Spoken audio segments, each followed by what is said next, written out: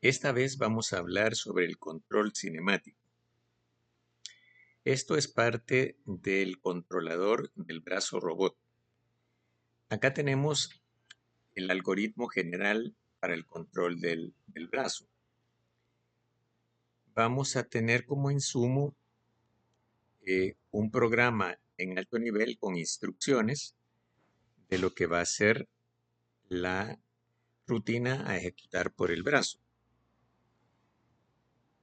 Este programa contempla básicamente movimientos.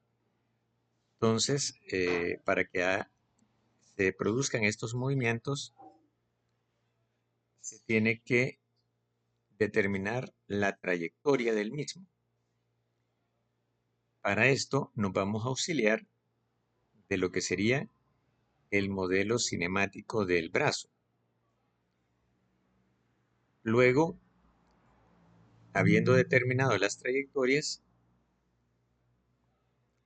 se hace un muestreo, es decir, se toman algunos valores de esta trayectoria y estos valores son los que se van a colocar como destinos intermedios del brazo.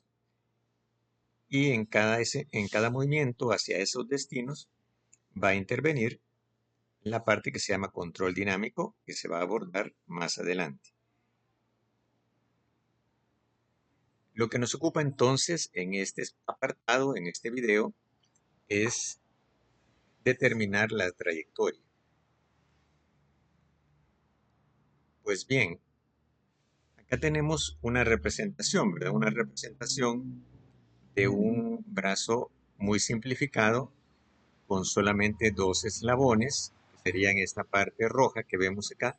Este trazo rojo son dos eslabones de un mecanismo, ¿verdad? Y vemos el extremo del mecanismo. Entonces, tenemos la posición del extremo en un marco de coordenadas X y Y. Entonces, tenemos el extremo del mecanismo.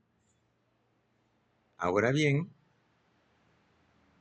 queremos mover el extremo del mecanismo a lo largo de esta línea verde para tener un punto de llegada en este lugar.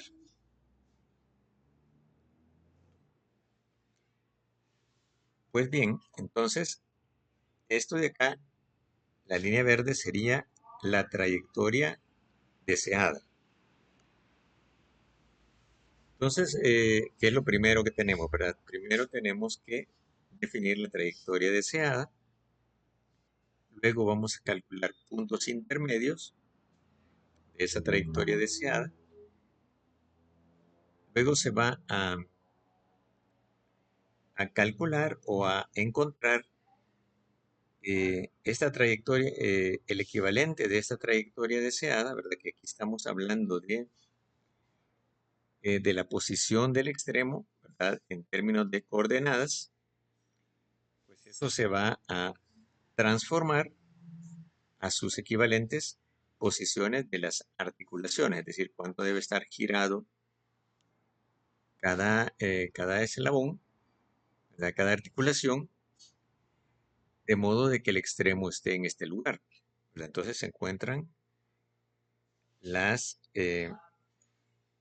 los valores de las articulaciones, ¿va? Entonces, digamos en este caso que son solamente dos eslabones y dos articulaciones, entonces tendríamos acá datos de un Q1, que sería la articulación 1, y de un Q2, que sería la articulación 2.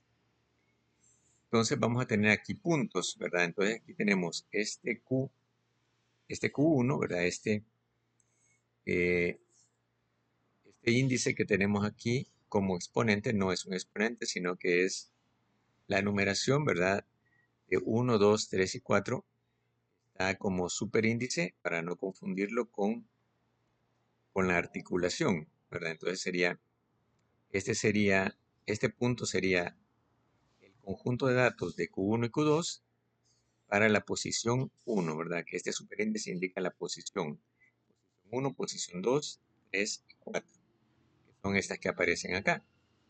Posición 1, posición 2, posición 3 y posición 4. Entonces, por ejemplo, para la posición 3 vamos a tener esta pareja de Q1 y Q2, ¿verdad? Que me determinan la posición 3. Luego se tienen que interpolar estos valores, ¿verdad? Se tienen que interpolar estos valores y ya tenemos la trayectoria. Esta sería la trayectoria en términos de las articulaciones. Finalmente tenemos cuál sería la trayectoria real del, del extremo del robot, ¿verdad? Que vemos acá que no va a ser línea recta como era lo ideal, sino que una aproximación, ¿verdad? Que van a haber momentos en que el extremo del robot se va a alejar de la línea recta, pero claro, esto se puede mantener lo menos posible en la medida de que se elijan más puntos. Bueno, básicamente esto es lo que esperamos de esta parte del diseño, ¿verdad? Lograr definir los puntos de la trayectoria, los puntos de la trayectoria. Vamos a hablar entonces de los tipos de trayectorias que tenemos. En el ejemplo anterior es uno de ellos. Vamos a ver el resto. Es decir, al hablar de trayectoria también nos estamos refiriendo a cómo se va a realizar el movimiento. Entonces el movimiento se puede realizar eje a eje. ¿Qué significa esto? Significa de que solamente se va a mover una articulación a la vez. Eso lo vemos en esta gráfica. Aquí estamos graficando Q1 y Q2 con respecto al tiempo. Entonces vemos de que Q2 permanece constante, es decir, que no se mueve. Esta línea constante significa que no se mueve, no hay movimiento. Conserva el mismo valor durante todo este tiempo. En cambio, Q1 va cambiando de valor, de un valor alto a un valor más bajo. Y termina acá. Es decir, ese es su punto final. Y permanece constante. En este momento, cuando Q1 llegó a su punto final, es que Q2 comienza a cambiar hasta llegar a su punto final y a partir de T1 más T2 ya la herramienta se encuentra donde estaba previsto que llegara, que es acá. Entonces, ¿cómo se vería el movimiento de la herramienta? Pues aquí, como va girando Q1, se vería un semicírculo, ¿verdad? Un segmento de círculo y luego giraría Q2, ¿verdad? Haría un giro alrededor de la articulación 2. Se vería el movimiento. Este es el movimiento que se conoce como eje a eje. Luego tenemos el movimiento simultáneo. Simultáneo sería de que los dos motores, por decirlo así, las dos articulaciones se mueven al mismo tiempo. Comienzan al mismo tiempo, pero dependiendo de cuánto tienen que cambiar, probablemente uno tarde más que el otro. Entonces, en este caso, en este dibujo, 2 llega a su destino en un tiempo de sub 2 más pequeño que lo que tarda 1 en llegar a su destino. Luego, un tipo de movimiento simultáneo es el movimiento coordinado. O sea que además de ser simultáneo, es coordinado, es decir, de que se calcula la velocidad de los motores de modo de que los dos comiencen al mismo tiempo y terminen al mismo tiempo. Se llama movimiento coordinado. Entonces vemos acá, con estos puntos, vemos por dónde va a ir pasando el extremo del brazo. Entonces va formando un movimiento, ¿verdad? que no tiene una forma geométrica definida, o sea, no es un círculo, no es una recta, simplemente se va moviendo de alguna manera. Y hay un cuarto movimiento que es la trayectoria lineal, donde lo que se busca es que la herramienta permanezca eh, en una trayectoria que forma una línea recta.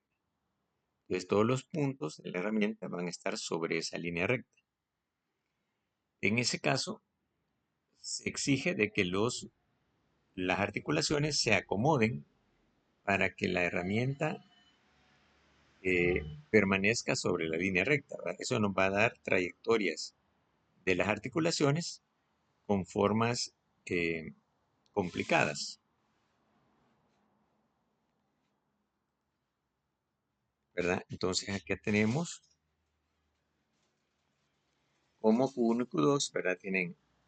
No tienen una trayectoria definida como línea recta